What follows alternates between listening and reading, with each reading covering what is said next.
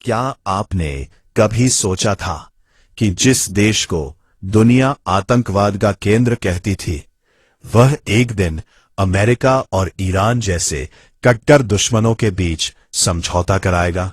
जी हां, इस्लामाबाद से आ रही खबरें कुछ ऐसी ही है। पाकिस्तान के आर्मी चीफ फील्ड मार्शल असीम मुनीर का नाम अब नोबेल शांति पुरस्कार के लिए चर्चाओं में है। लेकिन इस कूटनीतिक बदलाव के पीछे की कहानी जितनी रोमांचक है, भारत के लिए उतनी ही चिंताजनक भी। 9 और 10 अप्रैल को इस्लामाबाद की सड़कें सुनसान थीं, लेकिन वहां का रेड जोन कूटनीतिक हलचल से गर्म था। ऐतिहासिक शांति वार्ता के लिए पाकिस्तान ने पूरे शहर को सील कर दिया। 10,000 सैन्य कर्मियों की तैनाती और सुरक्षा ऐसी कि परिंदा भी पर न मार सके। ईरानी डेलीगेशन को पाकिस्तानी लड़ाकू विमानों ने सुरक्षा दी, जो न केवल इजराइल को एक संदेश था, बल्कि पाकिस्तान की गंभीरता को भी दर्शाता है। पाकिस्तान की इस अचानक कामयाबी के पीछे 3 मुख्य स्तंभ रहे हैं। पहला यह कि फील्ड मार्शल असीम मुनीर ने सीधे वॉशिंगटन से तार जोड़े। डोनाल्ड ट्रंप के साथ उनके निजी तालमेल ने इस नामुमकिन वार्ता को मुमकिन बनाया। दूसरा ग्लोबल आउटरीच यानी विदेश मंत्री इशाक डार ने सऊदी अरब से लेकर फ्रांस तक निरंतर संवाद बनाए रखा। तीसरा ट्रस्ट बिल्डिंग, जिसके तहत पीएम शहबाज शरीफ ने ईरानी राष्ट्रपति को भरोसा दिलाया कि पाकिस्तान एक तटस्थ मध्यस्थ की भूमिका निभाएगा। आज के दौर में हार्ड पावर से ज्यादा डिप्लोमेटिक पोजीशनिंग मायने रखती है। पाकिस्तान इस समय अपनी खराब अर्थव्यवस्था को छिपाने के लिए ग्लोबल पीस मेकर का टैग इस्तेमाल कर रहा है। भारत को अपनी रिएक्शन पॉलिसी छोड़कर प्रोएक्टिव एंगेजमेंट पर ध्यान देना होगा।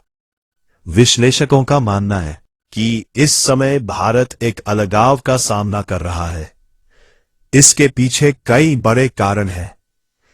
पहला कारण, भारत ने हाल के वर्षों में ट्रंप की पिछली उपलब्धियों को वह क्रेडिट नहीं दिया जिसकी वॉशिंगटन को उम्मीद थी।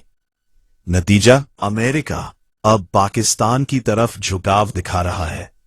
दूसरा कारण, अमेरिकी दबाव में ईरान पर प्रतिबंधों का समर्थन करना तेहरान को चुभ गया है। साथ ही युद्ध के मुहाने पर पीएम मोदी की इजराइल यात्रा ने आग में घी का काम किया।